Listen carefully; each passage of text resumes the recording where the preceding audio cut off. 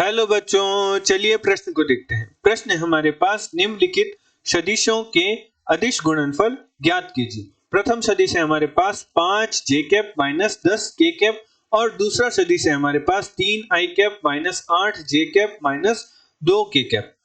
चलिए सर्वप्रथम हम प्रश्न के लिए मुख्य अवधारणा लिखते हैं। मुख्य अवधारणा, प्रश्न में हमें दो सदिशों का अदिश गुणनफल ज्ञात करने को कहा है, तो हमारे प्रश्न की मुख्य अवधारणा हो जाएगी अदिश गुणनफल, जिसका दूसरा नाम होता है बिंदु गुणनफल। मान लीजिए ए सदिश है हमारे पास x1 i cap plus x2 j cap plus x3 k cap एवं बी सदिश है हमारे पास y1 i कैप, बी सदिश हम मान लेते हैं y1 i cap, y2 j cap और y3 k कैप, और हमें ए सदिश का बी सदिश के साथ बिंदु गुणनफल ज्ञात करना है। तो हमारे पास ए सदिश का मान है x1 i cap plus x2 j cap plus x3 k cap का हमें बिंदु गुणनफल करना है बी सदिश के साथ। बी सदिश का मान है y1 i cap plus y2 j cap plus y3 k cap. तो गुणा कुछ इस प्रकार होगा कि x1 i कैप की गुणा पूरे बी सदिश के साथ होगी, जिसका मान है y1 i cap plus y2 j cap plus y3 k cap, plus x2 j cap की गुणा पूरे बी सदिश के साथ होगी, जिसका मान है y1 i cap plus y2 j cap plus y3 k cap. इसी प्रकार x3 k कैप की गुणा भी बी सदिश के साथ होगी, y1 i cap plus y2 j cap plus y3 k cap.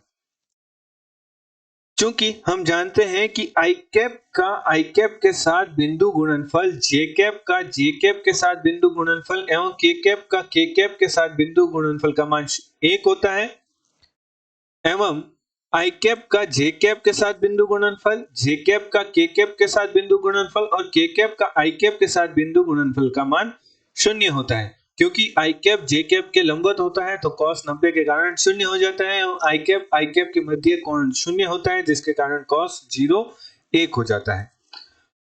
एवं जब x1 i कैप की गुणा हम y1 i कैप से करेंगे तो हमारे पास गुणनफल से प्राप्त होगा a सदिश गुणा b सदिश का मान प्राप्त होगा x1 i कैप गुणा y1 i कैप। तो i कैप का i कैप के साथ गुणा होगा तो 1 प्राप्त होगा, तो हमारे पास प्राप्त होगा x1 y1 गुणा 1, तो y1 हम नहीं लिखते। जब हम x1 i कैप की गुणा y2 j कैप के साथ करेंगे तो i कैप का j कैप के साथ बिंदु गुणनफल का मान 0 होता है, जिसके कारण हमारा वो पूरा पद 0 हो जाएगा। इसी प्रकार जब x1 i कैप की गुणा y3 k कैप के साथ करेंगे तो i कैप का k कैप के साथ बिंदु गुणनफल भी 0 होता है, तो हमारा वह पद भी 0 हो जाएगा।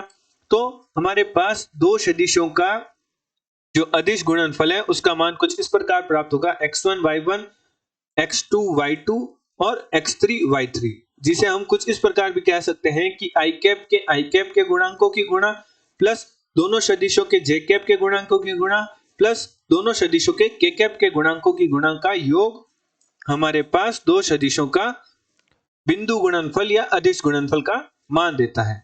अतः प्रश्न अनुसार प्रश्न में हमें प्रथम सदिश दे रखा है जो कि 5 j cap minus 10 k cap, जिसे हम कुछ इस प्रकार मान लेते हैं कि a सदिश है, i कैप का गुणांक नहीं दे रखा, i कैप का पद नहीं दे रखा, इसलिए हम 0 i कैप मान लेते हैं, plus 5 j cap minus 10 k cap. एवं द्वितीय सदिश हमारे पास है b सदिश, जो कि हमारे पास है 3 i cap plus 3 i cap minus 8 j cap minus 2 k cap, और हमें प्रश्न में a सदिश का b सदिश के साथ बिंदु गुणनफल या अदिश गुणनफल ज्ञात करने को कहा। तो हमने मुख्य उदाहरण में देखा था कि अदिश गुणनफल होता है i कैप के गुणांकों की गुणा प्लस j कैप के गुणांकों की गुणा प्लस k कैप के गुणांकों की गुणा का योग। हमने मुख्य उदाहरण में दो सदिशों का अदिश गुणनफल किस प्रकार होता है वह हमने देखा था, तो उसकी सहायता से हम लिख सकते हैं 0 गुणा 3 प्लस 5 गुणा माइनस 8 प्लस माइनस 10 गुणा माइनस 2। तो हमारे पास हल करने पर प्राप्त होगा 0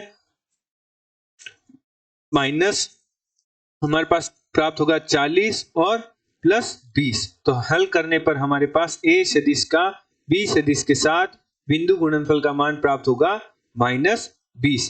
आशा करते हैं आपको प्रश्न का हल समझ आया होगा। धन्यवाद।